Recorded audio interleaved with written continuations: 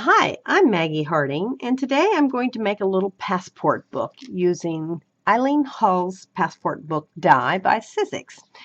The die is a large XL scoreboard die, as you can see here, so it cuts and scores at the same time. And the die cuts 3 pieces, you can see them here. And I'm going to be using Graphic 45's Sun-Kissed collection.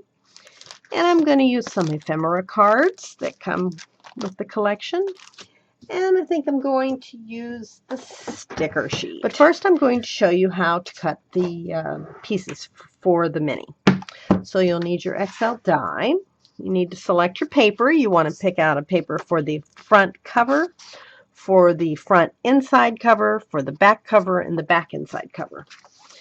Now, this one little piece down here cuts the covers.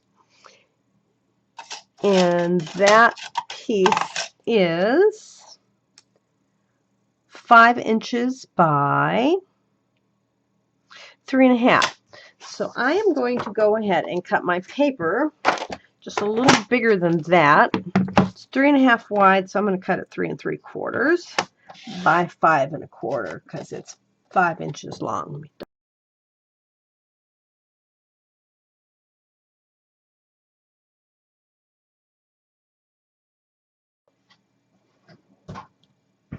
Now you want to use mat board or chipboard to make your covers. I'm using some Sizzix chipboard here. Sorry, there's a glare on the counter, on the packaging, but this is what it looks like. This is called Little Sizzles mat board, and it's 6 inches by 13 inches. This is what it looks like out of the packaging.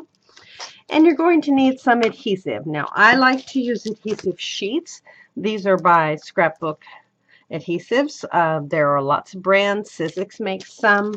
So some kind of adhesive sheet works well. Or you can use the Creative Station, which works really well, and that's what I'm going to use. So that's what this is. This is the 5-inch model. So now let's make our covers. Now I've cut a piece of chipboard here that's a little bit larger than the actual cover, so it's about 3 3/4 by 5 3/4, something like that. And I'm going to run it through my machine here, and which will apply adhesive to it. Of course, you can use the adhesive sheets, like I said. One of the key things is burnishing it down really well.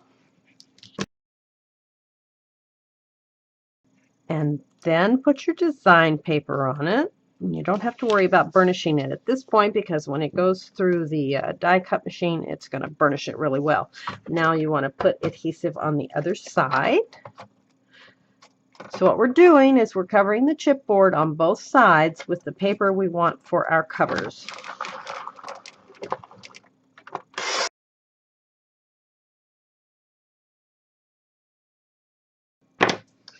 Okay, so now let's build our sandwich. We're going to have cutting pad, our die, and I'm just going to trim this little extra piece off so that I can see what I'm doing.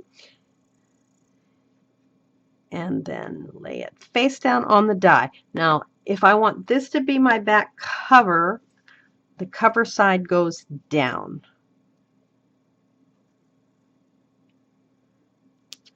Okay, get another cutting plate and then just run it through the machine. So I'll be right back. Okay, for the spine, so I've cut a piece of chipboard a little bit bigger than what I need, and I've also cut design paper a little larger than what I need. Now I'm just going to put my design paper on it, and again I'm going to run it through my machine. Be right back. I'm going to use 1/2-inch score tape to do that, and some people attach their covers like this so that this is on the inside, and some people attach them like this. I like to do them this way. So just going to put some score tape on either side here.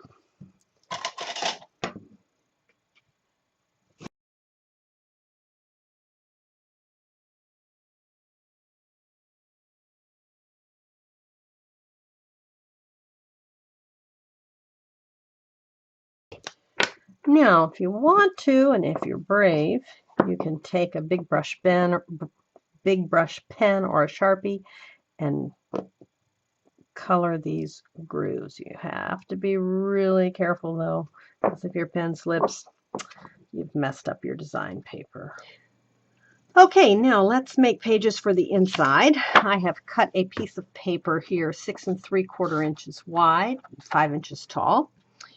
And I am going to place just a folded piece of copy paper here that'll act as a shim, because I want to put a little extra pressure on this.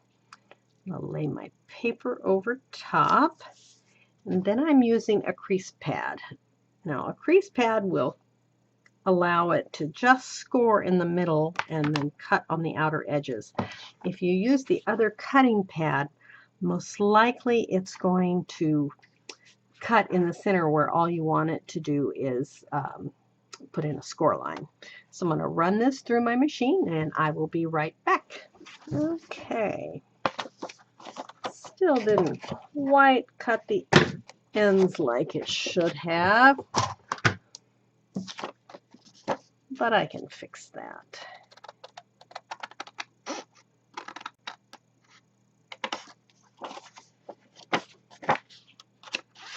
Sometimes I just cut the paper and use a corner rounder to round my corners and then just punch the holes in the center.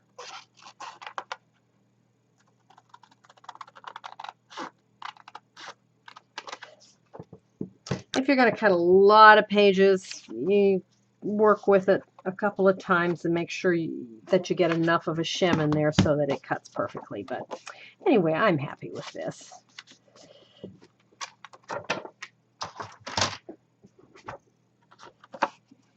So there we go. Just fold it there on the score line. And we have another page. When it comes time to assemble, you can do this one of two ways. I've got some elastic cord here. I got this from Amazon. I think it's 2 millimeters thick. If I had it to do over again, I would get some that was a little thicker, but this works just fine. Just thread it through, cut it, and then you're going to thread your sheets on, and your signatures can be how many ever pages you like. So then you would just thread them through here.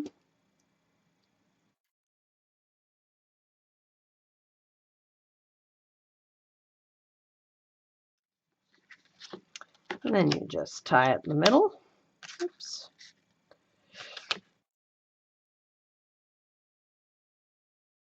Okay, and so there you've got one signature, and then you keep doing that for all 3 pages. Okay, now another way you can do this.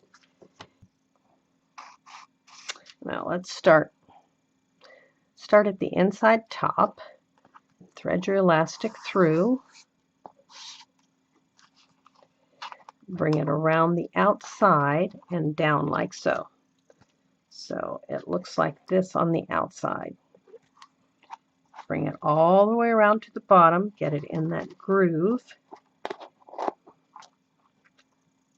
and then bring it up through the left center hole.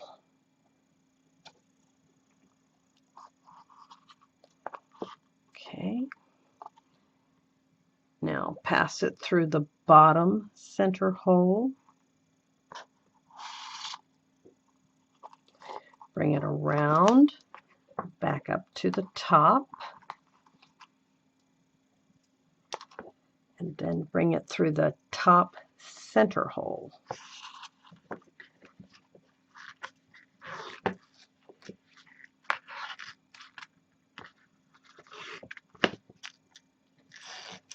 Okay, now thread it through the right top hole. Bring it back up around the top, all the way around the bottom. Bring it through the bottom right hole.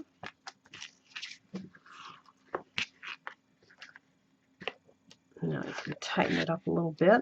Make sure all the bands are in the grooves. Let's see.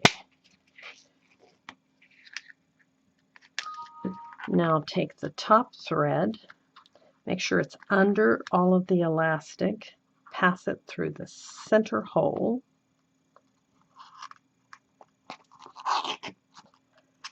Take the bottom and pass it through the bottom center hole.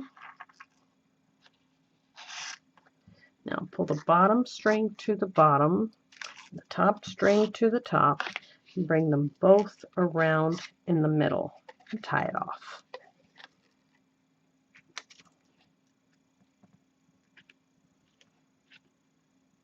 If you tie a square knot, you can untie it if you need to.